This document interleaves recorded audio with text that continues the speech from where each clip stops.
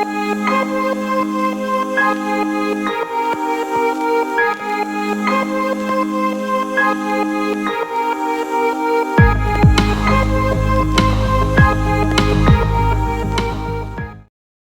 morning, children. Today the topic which I am going to teach you is about formation of urine. How is the urine actually produced? Okay, and this involves three main steps.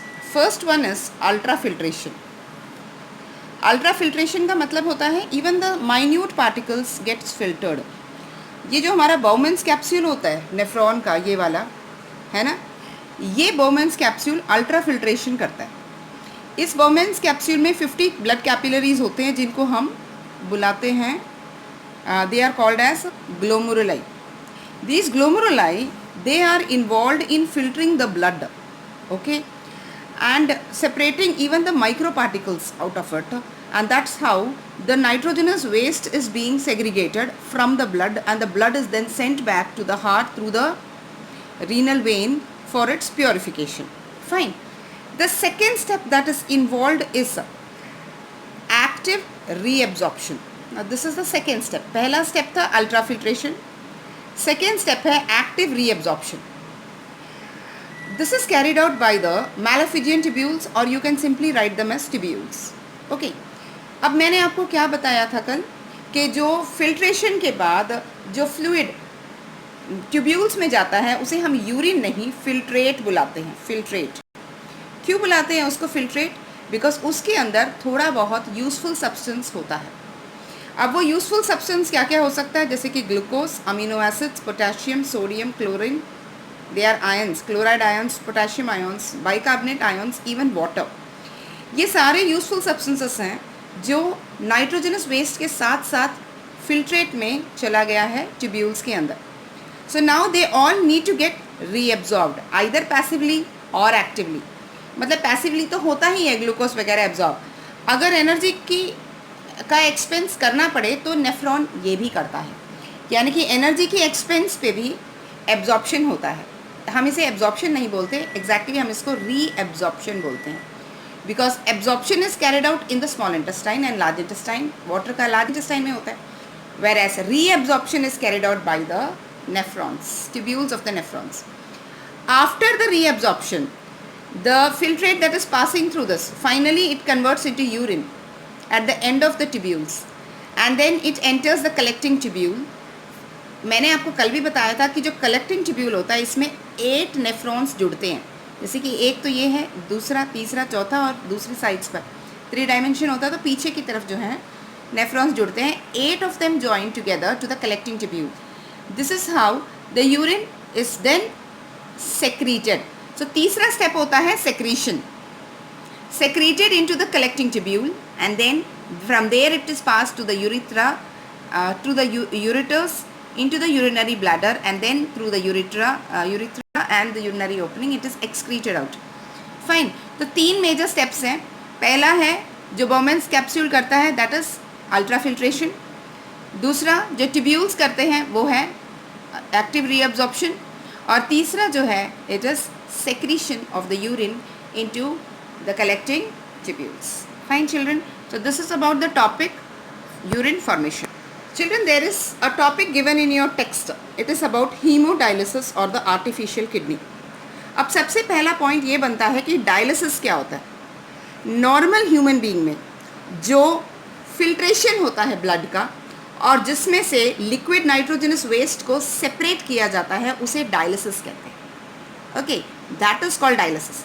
But when someone's kidney is not working properly, it's not functioning properly, and the person is dependent on a device.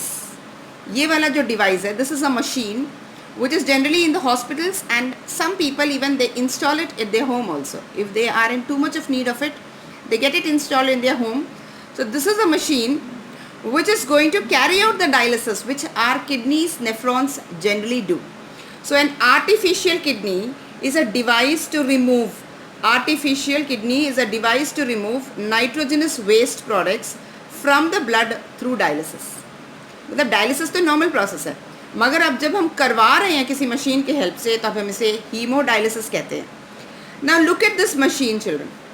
Now what is this actually carrying out? Now the veins, of course, the blood is sucked in through one of the veins and it is passed into this machine. In this machine there are many tubes, and these tubules all are made up of cellophane. Cellophanic material है, CELLOPHANE, semi permeable है वो cellophane tubes हैं ये सारी की सारी. अब selectively permeable cellophane tubes, और इन ट्यूब्स में से डिफ्यूज इनटू द, सो एक सॉल्यूशन डाल दिया गया है, डायलाइजिंग सॉल्यूशन.